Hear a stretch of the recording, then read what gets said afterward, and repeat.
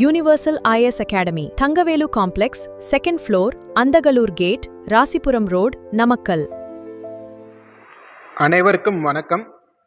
TNPSC group 2 group 4 வரக்கூடிய தேர்விற்காக நாங்கள் test batch போடலாமா இல்லை வேண்டாமா அப்படின்னு நீங்கள் யோசிக்கிற மாதிரி இருந்தால் சில இன்ஸ்ட்ரக்ஷன் நான் உங்களுக்கு தெரிவிக்கிறேன். இதெல்லாம் நீங்கள் ஃபாலோ பண்ணிக்கிட்டு இருந்தீங்க அப்படின்னா நீங்கள் டெஸ்ட் பேட்ச் போடலாமா இல்லை வேண்டாமான்னு நீங்களே முடிவு எடுத்துக்கலாம்.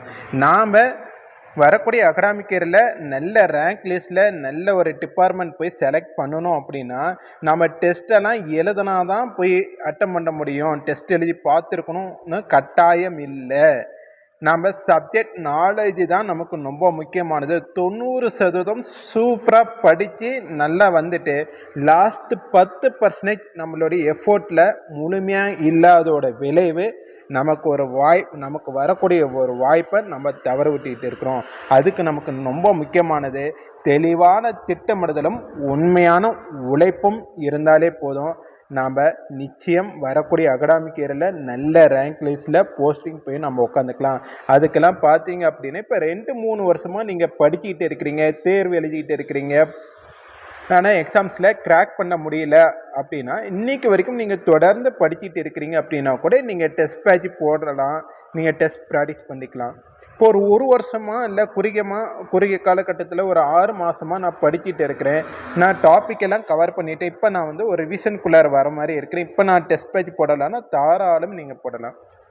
நான் செல்ஃப் ஸ்டடீஸ் பண்ணுறேன், ஓனாக ப்ரிப்ரேஷன் பண்ணுறேன், ஒர்க் போயிட்டு உட்காந்து படிச்சுட்டு இருக்கிறேன், டைம் கிடைக்கும் போதெல்லாம் உட்காந்து படிக்கிறேன். இப்போ ஓரளவுக்கு சப்ஜெக்டை ஒரு 60% முடிச்சிருக்கிறேன். இப்போ ஒரு ரிவிஷனுக்குள்ளார வரேன், அடுத்தடுத்த சப்ஜெக்டும் படிக்க ஆரம்பிக்கிட்டேங்க அப்படின்னா நீங்களும் டெஸ்ட் பேட்ச் போடலாம்.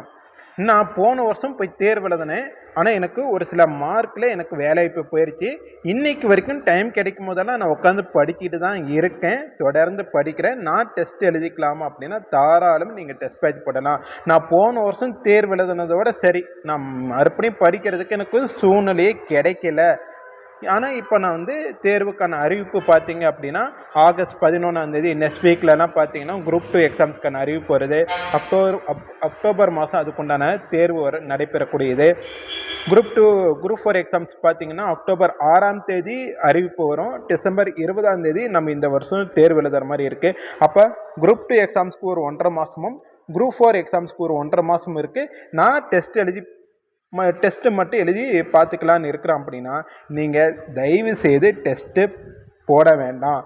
ஏன்னா நமக்கு கண்டினியூவாக நம்ம உட்காந்து இன்றைக்கி வரைக்கும் நம்ம புத்தகத்தை எடுக்கலை. போன வருஷம் படித்தோம் சரி, இந்த வருஷம் வரைக்கும் நம்ம தொடர்ந்து புத்தகத்தை எடுக்கவே இல்லை. டைம் கிடைக்கும் போது நம்ம படிக்கலை, நேரத்தை சரியாக பயன்படுத்திக்கல.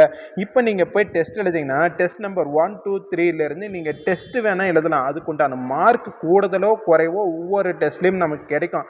ஆனால் அது ரிசல்ட்டாக மாறாது. எவ்வளோ நம்பர் ஆஃப் டெஸ்ட் எழுதுறன்னு முக்கியம் இல்லை, எவ்வளோ கொஸ்டின்ஸை ப்ராக்டிஸ் பண்ணியிருக்கணும்னு முக்கியம் இல்லை, இங்கே படித்தது நினைவில் இருக்கா இல்லையான்னு தான் ரொம்ப முக்கியமானது.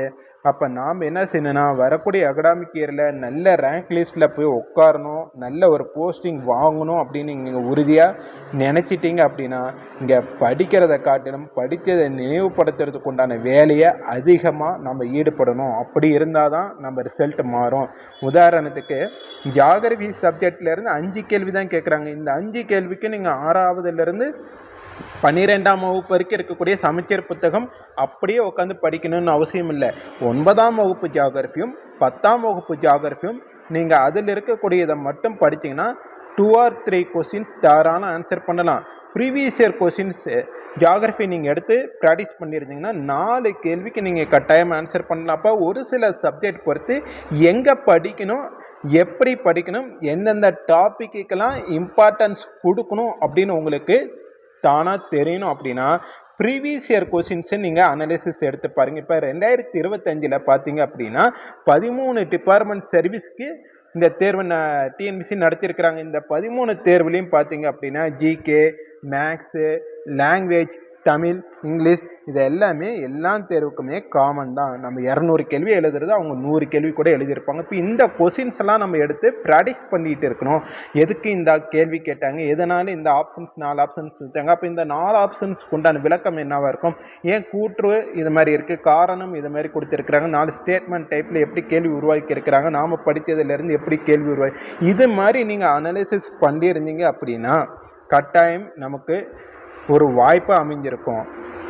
அப்போ எங்கே படிக்கணும், எப்படி படிக்கணும், இதை தெரிஞ்சுக்கணும் அப்படின்னா ப்ரீவியஸ் இயர் கொஸ்டின்ஸை நீங்கள் அனலிசிஸ் பண்ணிட்டாலே போதுமானது. நீங்கள் என்ன செய்யலாம் அப்படின்னா, மிக குறைவான காலகட்டம் தான் இது இருக்குதுன்னா நீங்கள் இவ்வளோ டெஸ்ட்டெல்லாம் எழுதணும்னு அவசியம் இல்லை.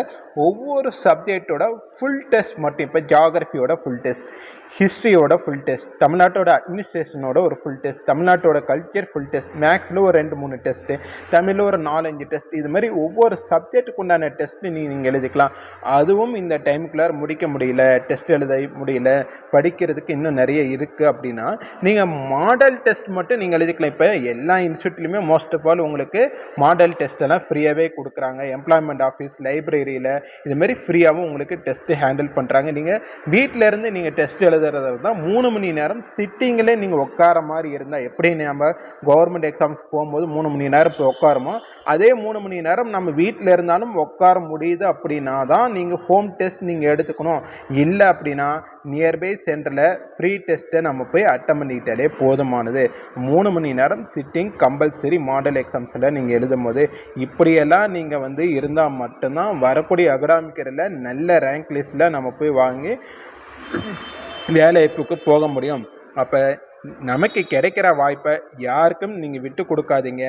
நாம் மன உறுதியோடு இருந்தோம் அப்படின்னா கண்டிப்பாக வரக்கூடிய தேர்வில் வெற்றியாளர் வரலாம், நாமளும் சாதிக்கலாம், நம்ம குடும்பத்திலும் நம்ம வேலை வாங்கி கவர்மெண்ட் சர்வீஸ்க்கு நம்ம போகலாம். இது மாதிரியெல்லாம் நீங்கள் முயற்சி எடுங்க. உங்களுக்கு டிஎன்சி தேர்வு சம்மந்தமாகவும் இல்லை வேறு ஏதாச்சும் எக்ஸாம்ஸ் சம்மந்தமாகவும் ஃப்ரீ கவுன்சிலிங் உங்களுக்கு தேவைப்பட்டாலும் நீங்கள் எங்களுடைய ஆஃபீஸ் நம்பருக்கு நீங்கள் கான்டாக்ட் பண்ணி பேசிக்கலாம். உங்களுக்கு வேறு ஏதாச்சும் சப்ஜெக்ட் ரிலேட்டடாக டவுட் இருந்தாலும் நீங்கள் கேட்டு தெரிஞ்சுக்கிங்க. அடுத்தடுத்த சப்ஜெக்ட் எப்படி படிக்கணும், எங்கே படிக்கணும், அதுக்குண்டான மெட்டீரியல்ஸ் எப்படி கலெக்ட் பண்ணணும், இதுக்குண்டான வீடியோஸில் உங்களுக்கு நாங்கள் ஃப்ரீயாகவே கொடுக்குறோம். அதை நீங்கள் கேட்டு தெரிஞ்சுக்கிங்க. ஆல் த பெஸ்ட், பெரிய ஆல் த பெஸ்ட். நல்லா படிங்க, நம்ம உழைப்புக்கு உண்டான ரிசல்ட் கிடைக்கும். உறுதியாக இருங்க. தேங்க்யூ. வணக்கம், நான் எம். கிருஷ்ணகுமார், யுனிவர்சல் ஐஏஎஸ் அகாடமியின் ஃபவுண்டர் அண்ட் மேனேஜிங் டைரக்டர். மாணவர்களை திறமையான அரசு அதிகாரிகளாக உங்கள் வெற்றி பயணத்தில் நாங்கள் உறுதுணையாக இருப்போம்.